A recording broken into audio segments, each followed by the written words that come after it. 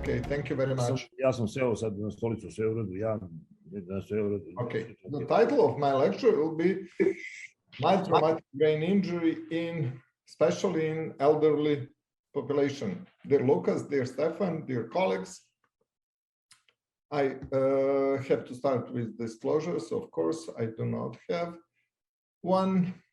And epidemiology. Traumatic brain injury is really great social, economic, health problem because of alarming epidemiology. I will not tell you again known facts about the alarming epidemiological situation in Europe and of course in our country, Republic of Serbia. But I would like to stress the fact that mild traumatic brain injury consists 50 to 90% of all of traumatic brain injuries, and most of patients are older than 65. Falls and traffic accidents are the most frequent, and men are twice as likely injured than female. Clinical characteristics: acute brain injury resulting from mechanical injury in characteristics of alternation in brain function, confusion or disorientation, or loss of consciousness equal or less than 30 minutes, post-traumatic amnesia equal or less than 24 hours, and GCS score 13 to 15 after 30 minutes post-injury. These are characteristics, clinical characteristics of mild traumatic brain injuries. Signs and symptoms are well known, characterized by headaches, dizziness, fatigue, irritability, memory impairment, sensitivity to noise or light, nausea, anxiety, and depression. Outcome: mild traumatic brain injury patients have generally been ascribed a good prognosis without problems. And really, most of these patients return to work shortly after injury, but 10 to 15% of them have persistent symptoms and more and beyond 1 year. Especially, it is important in situation with cumulative effects of repetitive mild traumatic brain injuries. In order to assess the outcome, most authors evaluating mild traumatic brain injuries 1 month or 6 to 12 months after injury evaluate cognitive domains, individual patients' health status, or behavioral and affective changes. Consequences. Does mild traumatic brain injury have consequence? Yes, of course. That is post-concussion syndrome, where symptoms persist and after 3 months after injury, and chronic traumatic encephalopathy, progressive degenerative disease found in people who have had a severe blow or repetitive mild traumatic brain injuries. This chronic traumatic encephalopathy characterized with atrophy of the frontal and temporal cortexes and the accumulation of tau protein in neuronal loss and accumulation of tau proteins. With symptoms include deterioration in attention, as well as disorientation, dizziness, headache, memory loss, social instability, and poor judgment. In clinical center in our hospital, Clinical Center of Vojvodina, Novi Sad, we started and joined the center TBI study since the beginning, and we maintained the registry of traumatic brain injury patients. In period of 2 years, we had more than 11,000 patients with head injury, and between them, TBI patient 3,500 patients. In this group of patients, the most of them were with mild traumatic brain injury, 88% of them.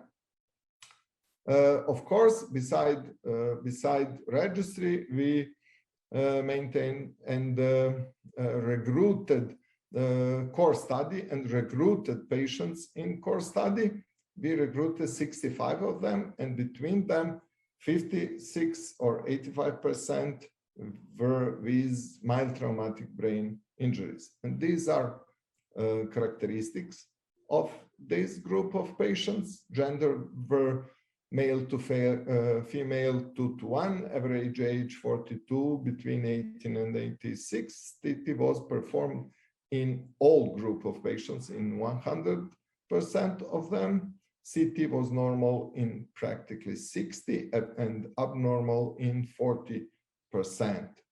GCS score were 15 in approximately 60, 14, 36%, and GCS score in only 3 patients, 5.4 patients. In core study, we, according to Center TBI rules from Center TBA platform, selected following evaluation 3 to 6 months after injury to assess outcome. Between these evaluations, we picked Glasgow Outcome Scale Extended, questionnaires 5A, 6A, 7A, Health and Well-being Survey SF12, Patients Health PHQ-9 Depression Test Questionnaire, and every evaluation we examined in relation to the following characteristics: gender, age, education level, alcohol use, CT findings, and GCS score. Glasgow Outcome Scale Extended. At the question, are they currently able to work to their previous capacity, 3 months and 6 months after injury, we have found a significant influence of age. Average age for yes was 40, and average age for no was 64 years. We also found CT findings significant. Positive CT findings were less able. Patients with positive CT findings were less able to work, and GCS score were lower. GCS score were patients were less able to work also. On the question, have there been psychological problems which have resulted on ongoing family disruption or disruption to friendship?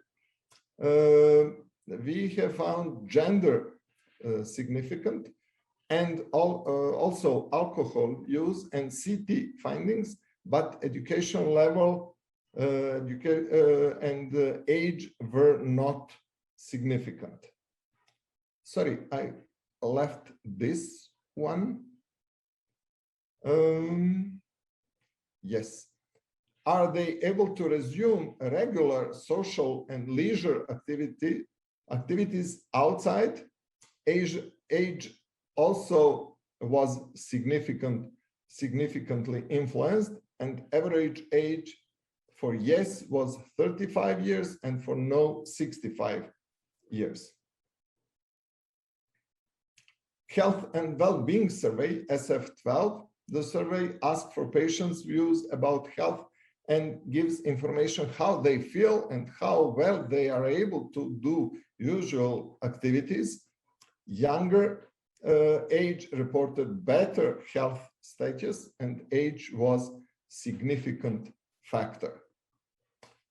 On the depression test questionnaire, PHQ-9, which is test as a simple multiple choice self-report inventory that is used as a precise and diagnostic tool for mental health disorder depression. Age was not significant. And in conclusion, we can say that patients with mild traumatic brain injury may present disabling symptoms for a long period after injury caused cognitive and psychological consequences, especially elderly patients with CT structural abnormalities and lower GCS score at admission after the injury are with increased risk to have late or incomplete functional outcome after mild traumatic brain injury. And in the end, I would like to stress that we should not underestimate mild traumatic brain injury in elderly, especially in elderly population, because it is a serious health and social problem. At the end of this presentation, I would like to greet you all, especially our guests from abroad, on behalf of my colleagues from the Clinic of Neurosurgery, Clinical Center of Vojvodina, Novi Sad, Serbia. Thank you for your attention.